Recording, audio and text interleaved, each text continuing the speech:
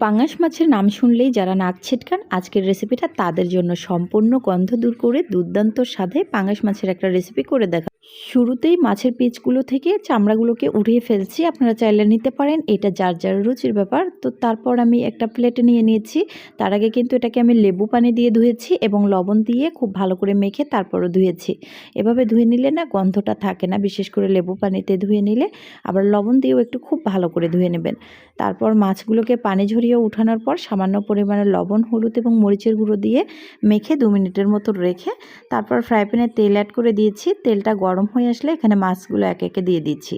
তো এদিকে মাছটা ভেজে নেওয়া হতে থাক। এদিকে আমি টমেটো স্লাইস করে কেটে নিয়েছি, সাথে দিয়ে দিচ্ছি সামান্য পরিমাণ লবণ, হলুদ এবং মরিচের গুঁড়ো দিয়ে আবারও একইভাবে এটাকে মেখে রেখে দিচ্ছি। এদিকে আবার দেখি মাছগুলো হয়েছে নাকি।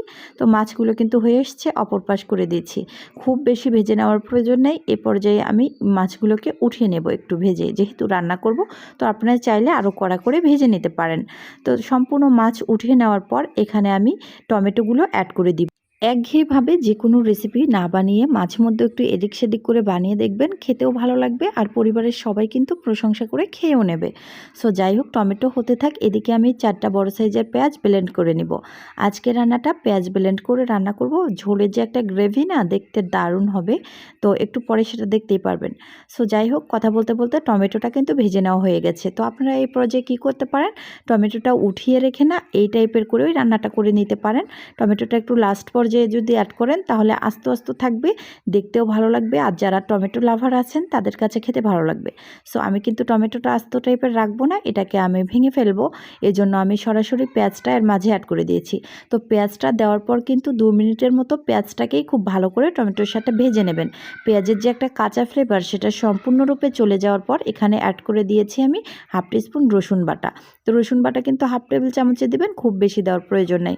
তো রসুন বাটাটাকেও একটু নেড়েচেড়ে দেওয়ার পর এখানে আমি মরিচের গুঁড়ো, হলুদের গুঁড়ো এবং লবণ পরিমাণ মতো দিয়েছি।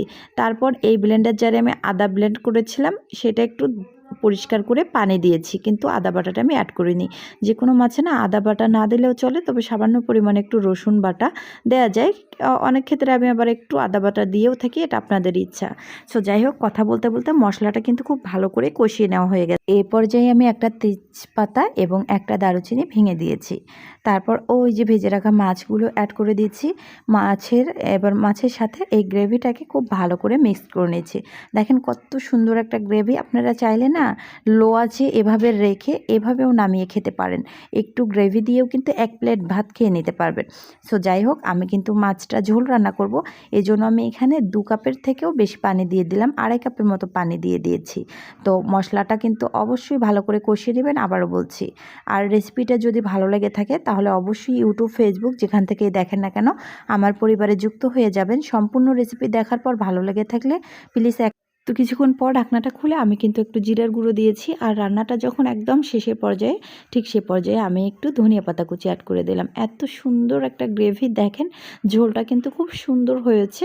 আর আমার বিশ্বাস অবশ্যই যারা পাঙাশটা খান না, এভাবে রান্না করলে আপনার কাছে দেখতে এবং খেতে দুটোই ভালো লাগবে। রেসিপিটা দেখার জন্য সবাইকে অসংখ্য ধন্যবাদ। আল্লাহ হাফেজ।